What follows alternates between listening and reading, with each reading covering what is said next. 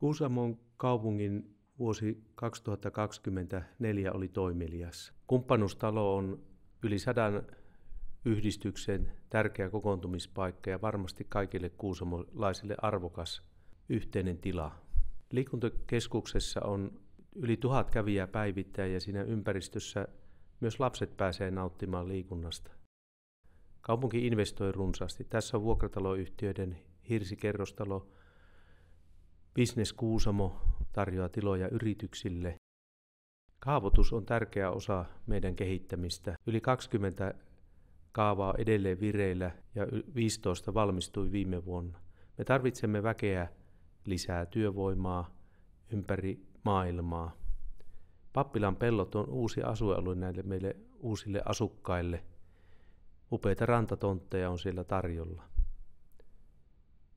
Opiskelumahdollisuudet on tärkeitä. Lukio, ammattioppilaitos, Kuusamon opisto tarjoaa näitä palveluja.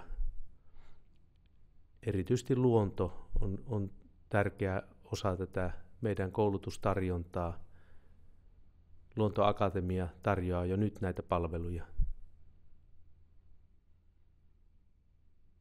Yrittäjyyttä luonnon ympärillä on runsaasti, kuten Kuusamon uudella teollisuusalueella Kuubiossa, jonne 4 yritystä on jo varannut tonttinsa.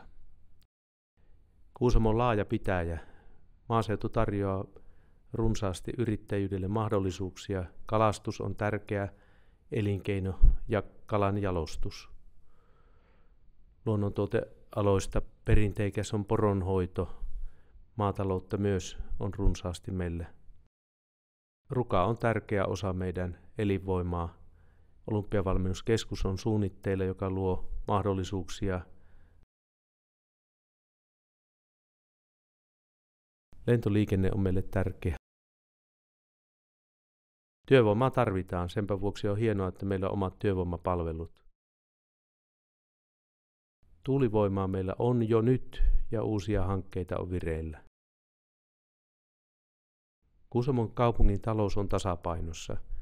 Meillä on ollut suuret investoinnit ja jatkoa pohditaan.